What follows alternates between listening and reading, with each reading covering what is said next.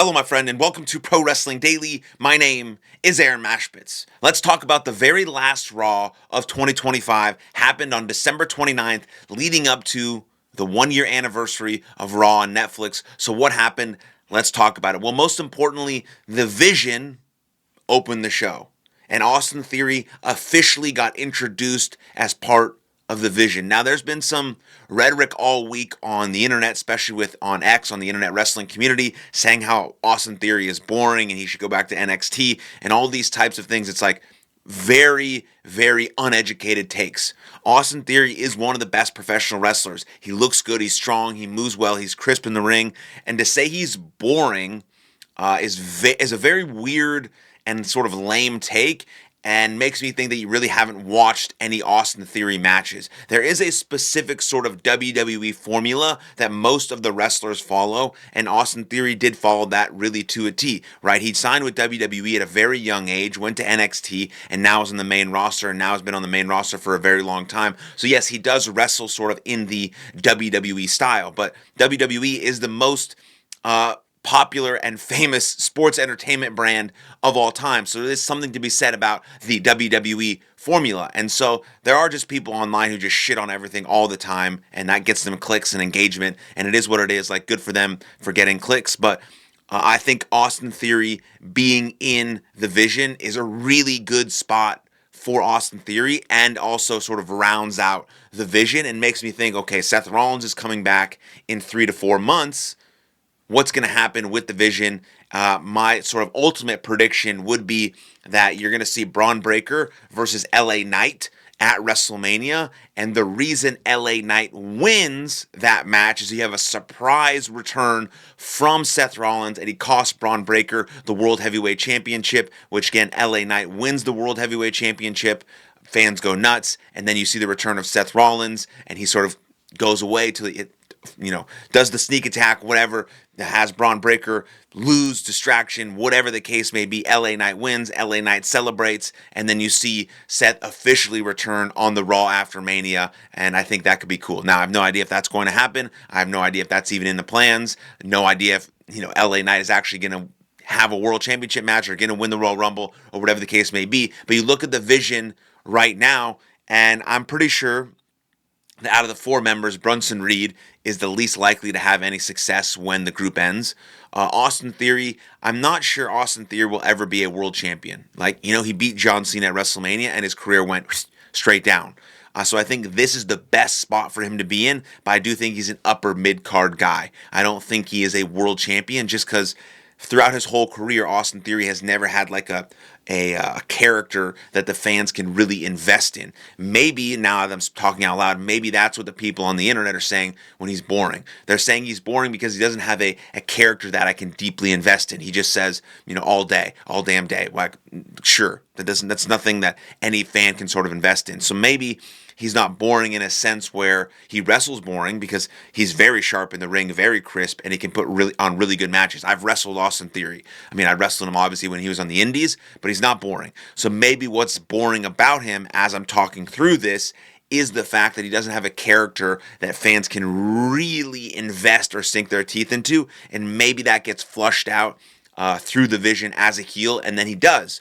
And then when this group is over and everyone sort of goes their separate ways, maybe he can become a world champion. But I'm not convinced of that. So I think Bronson Reed and Austin Theory are like the 2 guys at sort of the bottom of the totem pole in The Vision, and then Braun Breaker and Logan Paul is almost a guarantee that those 2 guys will win world titles. I'm pretty sure on January 5th, Braun Breaker is going to beat CM Punk. Their promo battle was good. I thought it was a little long. The segment was a little long, and I wouldn't have kicked off the show with a 25-minute promo. I would have kicked off the show with a triple threat match, have Stephanie McCool win, fans are excited, and then have the 25-minute promo segment. It didn't need to be 25 minutes, it needed to be about 12, but WWE loves opening the show with a long-winded promo, and then we have to see CM Punk come out, and CM Punk sucks, and all I care about right now is that on January 5th, Braun Breaker beats the fucking snot out of CM Punk and becomes World Heavyweight Champion and carries that World Heavyweight Championship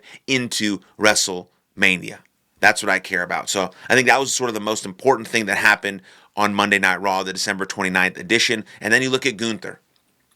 Gunther right now is the number one heel in the company, right? Kevin Nash says it's manufactured heat. Of course it's manufactured. He fucking made John Cena tap out. But the manufactured heat can turn into real heat if they capitalize. It's manufactured by the fact that everyone knew that Gunther, or not everyone, John Cena knew that he was going to be hated by everyone if he made John Cena tap out in his very last match. Sometimes you do have to manufacture heat. Kevin Nash, now it is manufactured, but they got to catch the lightning in the bottle, and having him beat the snot out of R-Truth, I don't think is the pathway forward. But since now we know that AJ Styles and Dragon Lee have lost their tag team titles to the Usos, I'm not convinced that the Usos are a strong pairing right now. I think Jey Uso is still dealing with a lot of stuff going on in his head, and I'm actually very interested to see how Jimmy and Jey work together moving forward as tag team champions. And when Jey ultimately snaps, I think it will be very, very entertaining.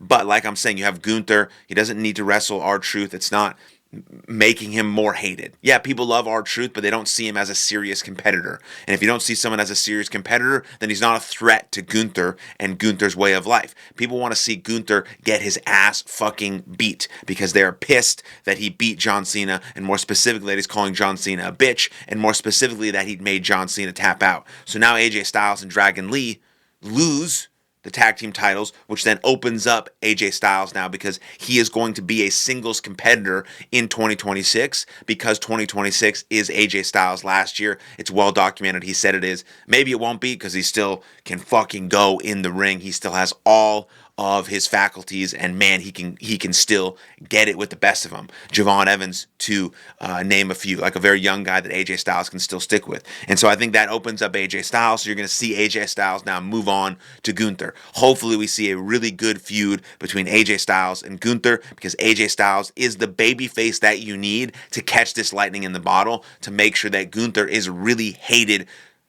not manufactured, but really actually despised for the person and the character that he is. You have Gunther retire AJ Styles. You have Gunther retire Chris Jericho. You have Gunther retire Brock Lesnar. Then in the sort of the 18-month span, he's retired 5 of the greatest superstars of all time, not including Goldberg. Goldberg is not, but Goldberg's one of the most popular.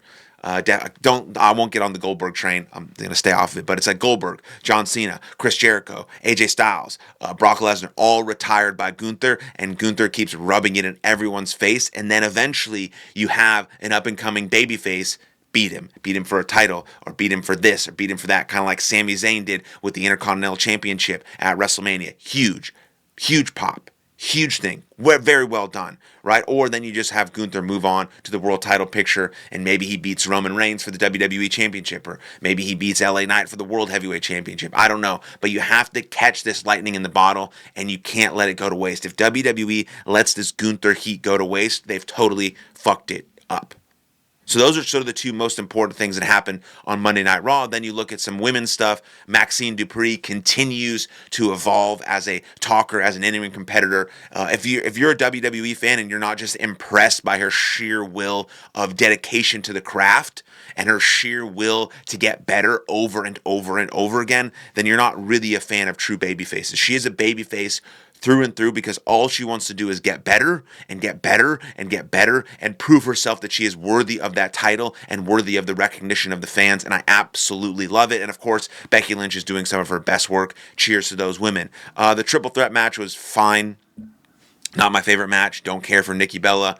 Hopefully I never have to see her wrestle again. Raquel Rodriguez has also gotten better, but definitely not ready for a world title. And Stephanie Vacour is one of the best wrestlers on the roster. So really cool about that. And then I think also on the January 5th show, I think you're going to see Rhea Ripley and Io Sky defeat the Kabuki Warriors. So you're going to see, I think, 2 title changes on the January 5th one-year anniversary show on Raw on Netflix. You're going to see the heel, the Vision, Braun Breaker, beat CM Punk in the main event to become the new World Heavyweight Champion. And you're going to see the babyface team of Io Sky and Rhea Ripley defeat the Kabuki Warriors to become the women's tag team champions. And so that's what I thought about the December 29th edition of Monday Night Raw, heading into a massive 1-year anniversary show where we're going to see a brand new world heavyweight champion. Hopefully pray to the wrestling gods, pray to JBL, pray to whoever you pray to. But that's what I think. Let me know what you think in the comments down below. Then like this video, subscribe to the channel, and I'll see you guys next time. Lots of love.